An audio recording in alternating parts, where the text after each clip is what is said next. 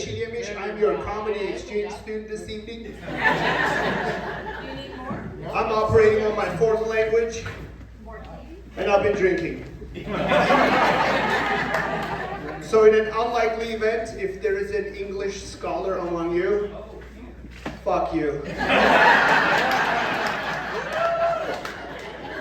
I've been an immigrant in this country for the past 20 years. I am doing great. I am doing great. I love this place. This is the only place on earth where you can buy a jacket, wear it for 17 months, and return it for a full refund.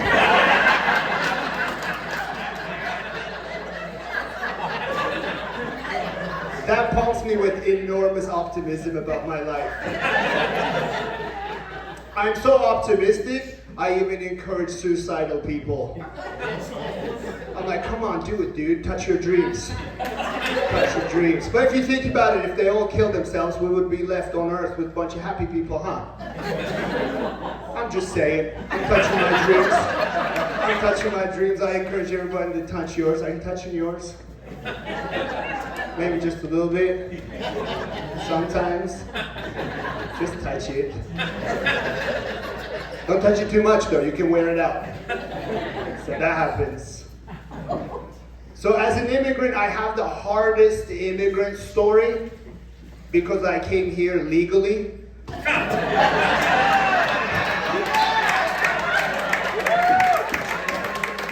You have no idea how many forms I had to fill out. And then when they came up with that pandemic bullshit, I'm like, bullshit. They're like, why? Anything political? I'm like, no. Look at the vaccine card. They're like, what do you mean? Immigration forms are like money paper, very sophisticated paper. Like you hold it up against the light, you see God in it. There's a VIN number that's attached to your, case. What the fuck was the vaccine cards printed on? See? Sheer immigrant experience. Ladies and gentlemen, I am doing amazing in this country. It's one thing I have not managed properly is keeping a woman. That has been just a terrible, terrible adventure for me. But I came to the conclusion that all this time it's been a language barrier. Because right now you're experiencing the pinnacle of my English skills. But 18 years ago, I sat through couples therapy with a dictionary on my lap. They were throwing like very sophisticated words at me. Like empathy. Evidently, that's necessary for a relationship. And what's the one where none of the couples are happy? Compromise. Compromise. I thought that was a mean word. Like, what do you mean? You mean to tell me both of us need to be unhappy for this relationship to survive? Doctor is like, yeah. Welcome to America. And then in one of them, one of the sessions, I was called a narcissist. I have to look that up. Narcissist. And I'm like, nope. Doctor's like, what? I'm like, this guy seems very confident. It's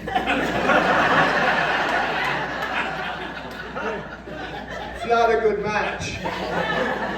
It's not a good match. But I'm doing much better now in English. However, I'm still learning. I run into new English phrasing, new things that's being said, region to region, just blows me away. This one lady next to me, she was on the phone, and she described herself as flat-chested as a Japanese schoolboy. I looked at her, I'm like, what did you say? Can you say that? Is that Asian hate? So I ran to a friend of mine who's a native English speaker, and I'm like, hey man, I just heard this lady describe herself as flat-chested as a Japanese schoolboy. Is that a thing? He said, that's kosher.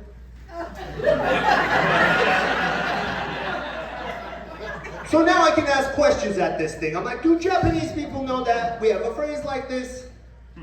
Isn't a schoolboy a schoolboy? Why are we outsourcing this one? Why are we not shopping local? What happened to Sonoma Strong? Why not an American flat-chested? Then I thought to myself, perhaps we are running out of flat-chested American schoolboys. I know, that last part of the joke is a room divider. In case you thought that was a transphobic joke, no. It's a fat boy joke. Man boobs are the lowest point a man can reach. Yes. Time to do some jumping jacks, everybody. Yeah, language. Like I said, I'm an immigrant, and I've been here now long enough. Just like some of you, I don't like immigrants either. Not all of them, particular type. For example, if they're from my neck of the woods and very competitive, I hate them. As you know, it's Ramadan right now for the Islamic world. I got into a cab in San Francisco. The cab driver was from Syria. I'm from Turkey. I said, Selam alaikum. He said, alaikum wa salam. We took our masks off. It was on. Now we're competing who the better Muslim is in that taxi cab. He came at me hard. He said, Engin, is it true that Turkish people use alcohol during Ramadan? I had to tell him that Turkish people drink every day. He goes, what kind of Muslim does that? I'm like, this guy, bro. This guy. This guy. That's why we're in America. You need to catch up. And then this competition abruptly ended when we reached my destination, which was the strip club. He sang a prayer. Although he was the better Muslim, I was the better immigrant. I gave him 5 stars. I wasn't gonna fuck with him, you know? And then I thought to myself, let him wait for his 72 virgins. What am I gonna do with virgins? I have fantasies. I mentioned it before, I'm single. But then I sit there and I'm like, you know, what would it look like if I were stuck in the same room with 72 virgins? This is the picture I came up with.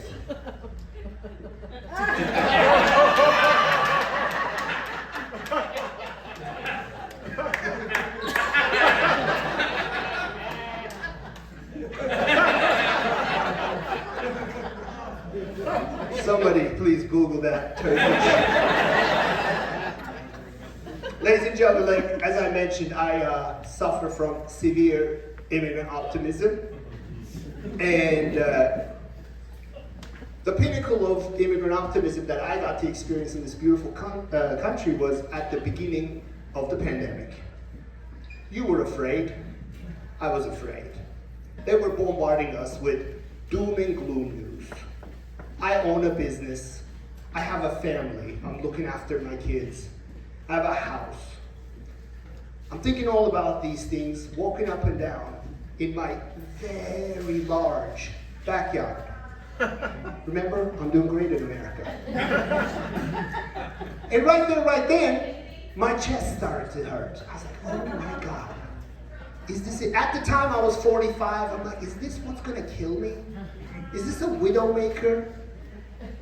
And right there, ladies and gentlemen, the immigrant optimism kicked in, and I thought to myself, if I die now, I don't have to worry about any of this shit anymore. And just like you, I made myself laugh. When I laughed, I farted.